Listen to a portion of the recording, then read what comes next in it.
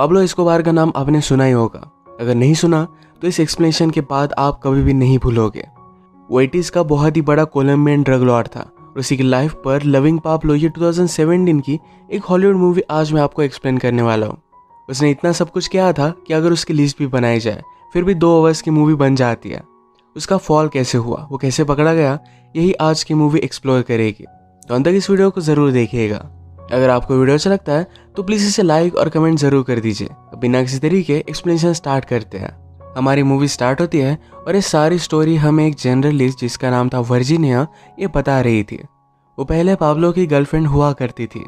हमें 1993 दिखाया जाता है। वर्जीनिया अपनी कंट्री में सेफ नहीं थी तो वहां से वो भाग रही थी। उसके साथ एक DEA एजेंट भी था जिसका नाम है शेपर। ये हमारा और एक मेन कैरेक्टर है। वो सब फिर अमेरिका है और उसे होटल में रखा जाता है। पाब्लो के खिलाफ वर्जीनिया सब गवाही देने वाली थी। उसने जो भी किया था ये सारी चीज़ों के बारे में उन्हें बताने वाली थी। इसी वजह से वो अनसेफ थी। उसे प्रोटेक्ट किया जा रहा था। वर्जीनिया का सर बहुत ही ज़्यादा दुख रहा था तो एस्प्रिन मांगती है, पर DEA एजेंट ने उसे कहा कि यहाँ पर aspirin as a drug treat किया जाता है, इस वजह से तुम्हें नहीं मिल सकता। इस पर वर्जीनिया बहुत हंसी। उसने कहा कि अगर ये बात पाब्लो सुनता तो पहले हंसता और उसके बाद आप सबको मार डालता। और इसी के साथ अपना पास्ट बताना स्टार्ट करती है। अब मूवी में हमें 1981 का पीरियड दिखाया जाता है। पाब्लो अपने बहुत ही शानदार से घर पर राइड कर रहा था। उसका एक आदमी हॉर्स से टकरा गया तो तकलीफ में था तो उसे वो मार डालते हैं। इसके बाद घर में हमें पाब्लो की वाइफ दिखाई जाती है जिसका नाम है मरिया। मरिया स्विमिंग पूल के बाहर देख रही थी। उसका बच्चा पाब्लो के आदमी के साथ खेल रहा है। उसे बात सही नहीं लगती। वो पाब्लो से कहती है कि मैंने तुम्हें बहुत बार बताया कि अपनी फैमिली और बिजनेस को अलग अलग रखा करो। पाब्लो से माफ़ी मांगता है पर फिर भी आज रात पार्टी थी जिसके लिए रेडी हो रहा था। वो घर से बाहर निकला। उसने एक पेनी स्विमिंग पूल में डाली। अपने बेटे को उसे ढूंढने के लिए कहा। उसका बेटा अब कुछ भी नहीं सुनेगा तो अपने आदमियों से वो बात करता है। एस्कोबार ने कुछ एजेंट्स को मारा था। उसकी कुछ फाइल्स थी, उसे बर्न करने का काम वो अपने आदमियों को देता है। इसके लिए कितने भी पैसे लगे ये सारा कुछ वो फंड करने के लिए रेडी था। इसके बाद हम वर्जीनिया को उसके पास आता देख सकते हैं। वो एक जर्नलिस्ट थी तो उसका आज इंटरव्यू लेने के लिए आई हुई थी। वो बाहर आते ही पाब्लो के आदमियों के गन्स वगैरह देखकर बहुत ही डर जाती है। पाब्लो भी उसे लेने के लिए आया हुआ था पर उसे लगा कि उसका वो सर्वेंट है तो कहती है कितने सारे गन्स यहाँ क्यों है, तुमने मुझे डरा दिया। इस तरीके से किसी को भी वेलकम नहीं करते। पाब्लो ने कहा कि एनिमल्स के लिए है। घर जाते वक्त सारे एरिया की उन्हें इन्फॉर्मेशन देता है। रात में पाब्लो की शानदार पार्टी वर्जीनिया ने अटेंड की। जब पाब्लो का आदमी उसे पाब्लो को दिखाने के लिए लेकर गया तो सरप्राइज थी। पाब्लो से कहता है तुम टीवी से रियल लाइफ में और भी ज़्यादा ब्यूटीफुल लगती हो।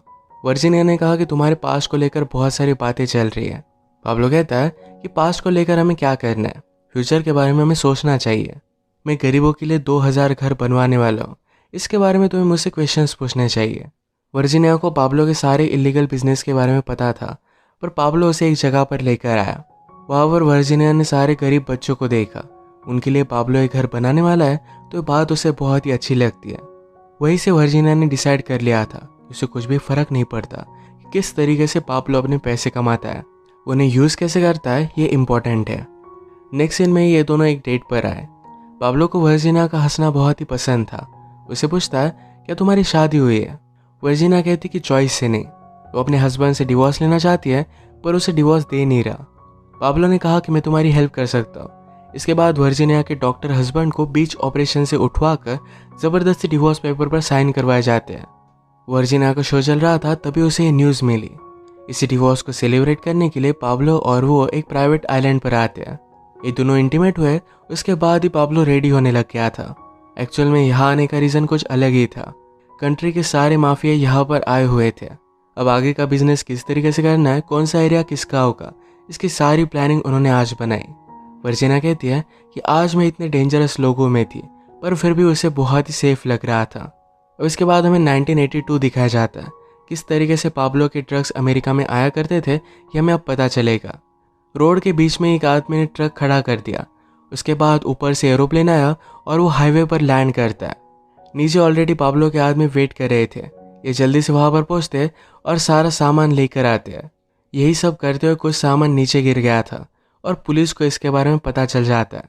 एक बहुत बड़ा इशू बन गया था। प्रेसिडेंट को लगता है इससे सारी यूथ खराब हो जाएगी। इसके खिलाफ वो स्ट्रिक्ट एक्शन लेने वाले थे। इन सब चीज़ों को कंट्रोल करने के लिए एजेंट शेपर्ड को हायर किया गया। उसे कहते हैं हम एक्स्ट्राडिशन ट्रीटी को क्रिएट करने वाले हैं, जिससे अमेरिकन एजेंट से पाब्लो को अमेरिका में अरेस्ट कर यहाँ पर लेकर आ सकते हैं और उसे यहीं पर सज़ा होगी। ऐसा करना उस वक्त इलीगल था, पर फिर भी ये ट्रीटी को क्रिएट करने वाले थे। इसके बारे में जब पाब्लो को पता चलता है तो इसे लेकर वो मीटिंग लेता है। उसने कहा कि अगर एक्चुअल में हुआ तो वो सब बहुत ही ज़्यादा ट्रबल में आ जाएंगे। इसके खिलाफ उन्हें फाइट करनी पड़ेगी, पर ये फाइट उन्हें इनसाइड से करनी है। मतलब अगर वो गवर्नमेंट का हिस्सा बन पाए तो बहुत ही बेस्ट चीज़ होगी। पहले तो उसे सब लोग मना कर रहे थे, पर पाब्लो ने कहा कि अगर पॉलिटिक्स में जीतना है तो सबसे इम्पॉर्टेंट है पैसे। हमारे पास वो बहुत ज़्यादा है। इसके बाद हर एक पॉलिटिशियन को बहुत सारे पैसे देने लग गए। अगर 2 पार्टीज खड़ी है तो दोनों पार्टीज को प्रोवाइड करते थे, यानी कि कोई भी जीते उन्हीं की सरकार आएगी। सुबह पॉलिटिशियंस के लिए पार्टी चलती थी और रात में स्मगलिंग। पाब्लो आजकल जो भी कर रहा था ये सब उसकी वाइफ को अच्छा नहीं लगता। वो कहती है कि हमें और कितनी चीज़ें चाहिए, हमारे पास पैसे है, सब कुछ है, यह सब इनफ नहीं है।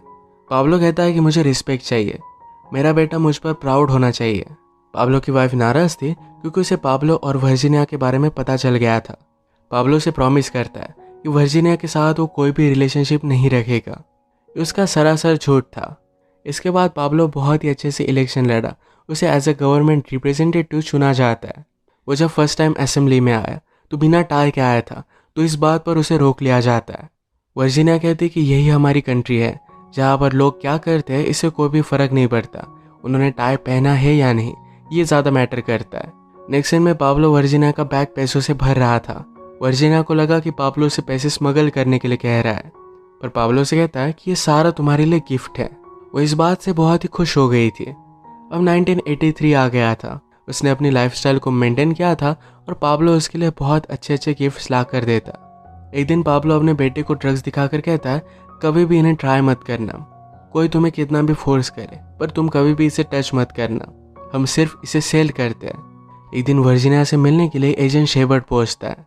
उसे पाब्लो के ऑपरेशन के बारे में बताने के लिए कह रहा था, पर वर्जीनिया उसे कुछ भी बताएगी नहीं। उसे कहती है तुम्हारी गवर्नमेंट इस इशू में इसलिए इंटरेस्ट ले रही है कि तुम्हारी कंट्री से सारा पैसा हमारी कंट्री में आ रहा है। तुम्हारी कंट्री में बाकी माफिया भी है, उसमें गवर्नमेंट को कोई भी इंटरेस्ट नहीं। वो फिर वहाँ से चली गई। वर्जीनिया फिर से पाब्लो से मिलने के लिए आई हुई थी, पर आज पाब्लो फिर से असेंबली में गया हुआ है। उसे अभी अभी जो पोस्ट मिली थी इसी को लेकर एक मिनिस्टर ने उसे रिव्यू पर डाला हुआ था। उसका सीट उससे छीन लिया जा सकता है। मिनिस्टर ने सब लोगों से कहा कि हमें पता है कि पाब्लो अपने पैसे कैसे कमाता है, उसे हम हमारी कंट्री को रिप्रेजेंट करने नहीं दे सकते। पाब्लो ने सबसे कहा कि मेरे खिलाफ किसी के पास भी सबूत नहीं है। इसके ऑपोजिट में मिनिस्टर को कैंपेन के लिए कैसे पैसे मिले, उसे किस किस ने फंड किया था, इसके बारे में पूरी इन्फॉर्मेशन मेरे पास है। मिनिस्टर पाब्लो की सारी बातों का मजाक उड़ाता है। पाब्लो की बदनामी देखकर मारियो को बात अच्छी नहीं लगती। उसे कहती कि रिजाइन कर दो और तुम कितना बर्बाद हो गए। मारियो कहती कि मैं प्रेग्नेंट हूँ, मेरी बेटी को कुछ भी तकलीफ नहीं होनी चाहिए।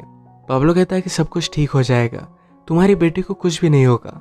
रात में अचानक से एक प्रॉब्लम आ गया। पाब्लो ने 2 पुलिस ऑफिसर को मारा था, इसकी फाइल बाहर निकल आई थी और इसी के बारे में पेपर में लिखा गया था। इस न्यूज़पेपर के बारे में किसी को भी पता नहीं चलना चाहिए, इसलिए पाब्लो ने अपने आदमियों को कहकर ज़्यादा पैसे देकर इस सारे न्यूज़पेपर को खरीदने के लिए कहा। जब ये पेपर डिस्ट्रीब्यूट हो रहे थे तभी पाब्लो के आदमियों की गाड़ी पीछे रहती थी। इन्होंने सारे पेपर्स उठा लिए थे, पर फिर भी यह न्यूज़ दबी नहीं रही। न्यूज़पेपर उठाने का एक आदमी ने सही से काम नहीं किया था तो उसे वो मार डालते हैं। पाब्लो को जो मिनिस्टर ऑपोजिशन दे रहा था, सब लोगों के साथ मिलकर पाब्लो उसे मारने का प्लान बनाता है। एक रात जब पाब्लो और वर्जीनिया डिनर कर रहे थे तो उसे वो गिफ्ट देता है। वर्जीनिया ने ओपन किया तो इसमें गन थी। वो बहुत ही ज़्यादा डर जाती है। वो कहती कि मुझे ये सब चीज़ें नहीं चाहिए। पाब्लो ने कहा कि ये तुम्हारी सेफ्टी के लिए है, मैं अब जो भी करने वाला हूँ इसके बाद बहुत सारे लोग तुम्हारे दुश्मन बन सकते हैं। वो तुम्हें पकड़ने के बाद टॉर्चर करेंगे। इससे अच्छा ये होगा कि अगर तुम्हें वो दिखे इसके बाद ही तुम अपने आप को गोली मार लेना। वर्जीनिया इस बात से बहुत ही ज़्यादा डिस्टर्ब हो गई थी।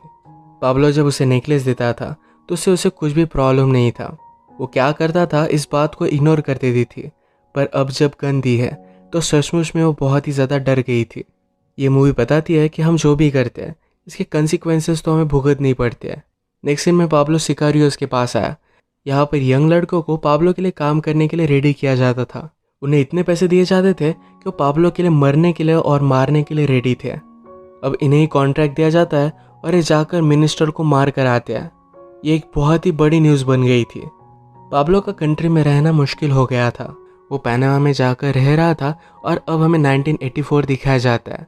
उसकी कोलंबिया के वाइस प्रेसिडेंट के साथ मीटिंग चल रही थी। वो डील कर रहे थे कि गवर्नमेंट एक्सट्रेडिशन ट्रीटी को अलाउ ना करे, जिससे पाब्लो को अमेरिका में लेके जाकर वहाँ पर ट्रायल दिया जा सकता है। अगर गवर्नमेंट ने अप्रूव नहीं करती तो पाब्लो गवर्नमेंट को बहुत सारे पैसे देने वाला था। पूरी कंट्री का लोन वो चुकाने वाला है। वाइस प्रेसिडेंट इसके लिए मना कर रहे थे, तो पाब्लो ने कहा कि अगर ऐसा नहीं किया तो जंग होगी। इसके बाद पाब्लो की बेटी का कोलंबिया के बाहर ही जन्म होता है। उसने जो अपनी वाइफ को प्रॉमिस किया था कि उसकी बेटी सेफ रहेगी, ये प्रॉमिस वो फुलफिल नहीं कर पाया। इसके बाद थोड़ा टाइम गुजर गया और एक रात वो वर्जीनिया से मिलने के लिए कोलंबिया में आ जाता है। वर्जीनिया कहती है कि आजकल मुझे बहुत सारे लोग फॉलो कर रहे हैं, उसे थोड़ा भी सेफ नहीं लगता।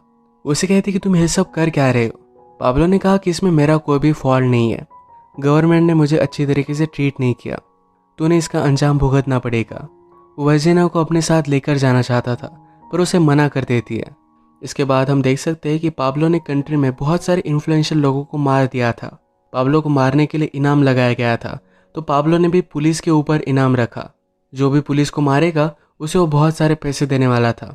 जैसे पुलिस के रैंक हो वैसे और भी ज़्यादा वो पैसे देने वाला है।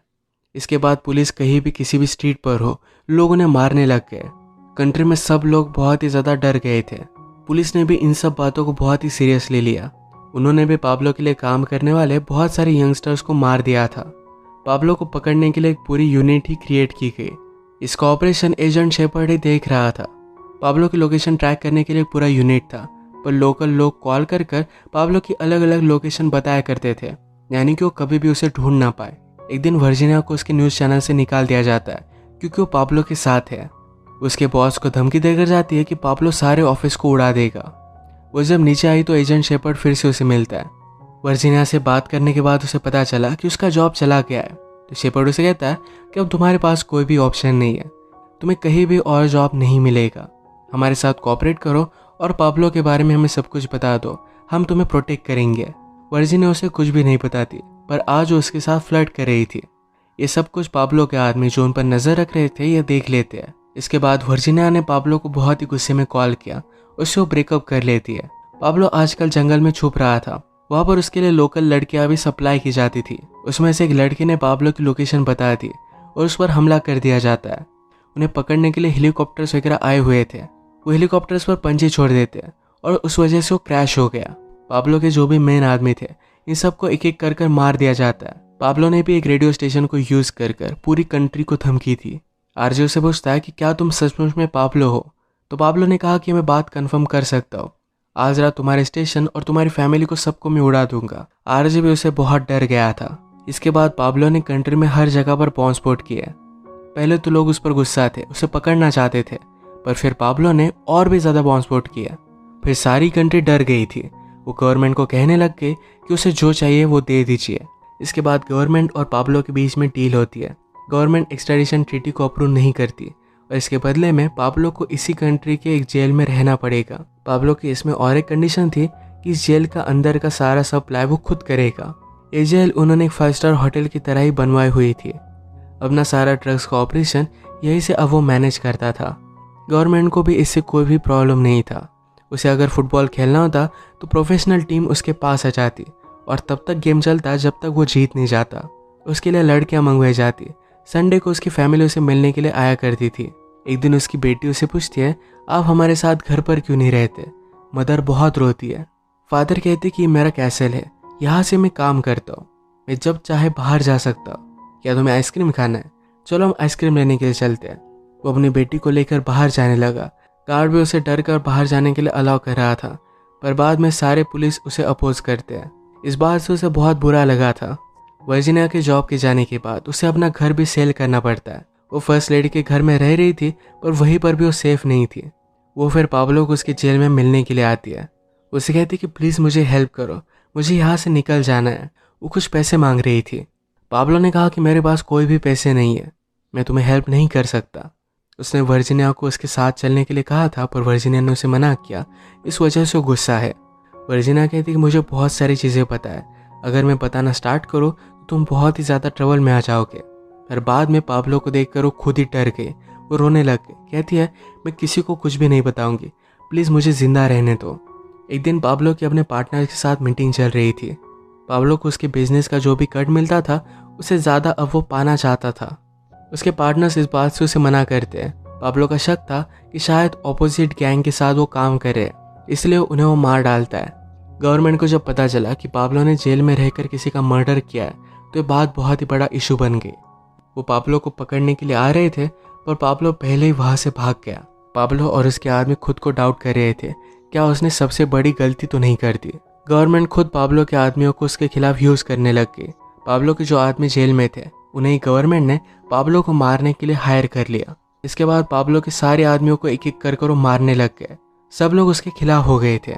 एक दिन वर्जीनिया पर भी हमला हुआ। उस पर लोग गोली चला रहे थे पर बुलेट प्रूफ ग्लास की वजह से वो बच जाती है। पाब्लो की जिंदगी पुलिस से भागते भागते गुजर रही थी। कोई भी सेफ नहीं था। ये बात उसकी वाइफ को सही नहीं लगती। इसके बारे में बात करते हुए पाब्लो ने कहा कि तुम सब लोग अब कंट्री से बाहर चले जाओ, यहाँ पर मैं हैंडल कर लूँगा। जब ये बात वर्जीनिया को पता चली कि पाब्लो की फैमिली इस कंट्री से दूर जा रही है तो डायरेक्टली वो शेपर्ड से मिलने के लिए आती है। उसने कहा कि अगर पाब्लो की फैमिली चली गई तो सब लोग बहुत ही ज़्यादा ट्रबल में आ जाएंगे। तुम्हें उन्हें जाने नहीं देना चाहिए, उन्हें यहीं पर रोक लो। पाब्लो जब उन्हें कांटेक्ट करने की कोशिश करेगा तब तुम लोग उन्हें पकड़ सकते हो। यही चीज़ फिर शेपर्ड ने की। पाब्लो की वाइफ और बच्चों को जाने नहीं देते। हॉस्टेज कर उन्होंने उन्हें रखा हुआ था। पाब्लो जब उन्हें कांटेक्ट करने की कोशिश करता है तो सारी बातें उनके वो सुन रहे थे। पाब्लो को जब ये बात रियलाइज़ हुई तो उन्हें वो बहुत गालियाँ देता है। फ़ोन ट्रैक करने से पहले ही 2 मिनट के अंदर उसने फ़ोन रख दिया, यानी कि उसकी लोकेशन वो ट्रैक नहीं कर पाए। एक दिन पाब्लो से रहा नहीं जाता, वो अपने बेटे को कॉल कर देता है। नीचे स्ट्रीट्स में पुलिस की गाड़ी ऑलरेडी घूम रही थी। उसकी अप्रॉक्सीमेट लोकेशन उन्हें पता चलने लग गए तो वहीं पर वो घूमने लग गए। लकीली एक पुलिस पाब्लो को खिड़की में देख लेता है। वो जल्दी से उसके रूम में पहुंच गए और वहीं पर उसे मार डालते हैं। वर्जीनिया ने जो भी किया ये सब पाब्लो के खिलाफ उसका बदला था। मूवी के लास्ट में जज के पाब्लो के खिलाफ सब कुछ गवाही देने वाली थी। वो शेपर्ड से बात करते हुए कहती है कि पाब्लो से वो प्यार करती थी पर वो जो भी करता था इन सब चीज़ों को हेट करती थी। गलत चीज़ों का अंजाम बुरा ही होता है, इसका ये मूवी परफेक्ट एग्जाम्पल है। तो इसी के साथ आज का वीडियो हम ख़त्म करते हैं। अगर आपको एक्सप्लेनेशन अच्छा लगा तो प्लीज़ इसे लाइक और कमेंट ज़रूर कर दीजिएगा। बहुत सारी मूवीज़ लेकर आता रहता हूँ तो प्लीज़ इस चैनल को सब्सक्राइब कर दीजिए और बेल नोटिफिकेशन आइकॉन दबाना मत भूलिएगा। हम फिर से मिलेंगे और एक नई मूवी के साथ। तब तक के लिए थैंक यू और आप अपने आप का ख्याल रखिए।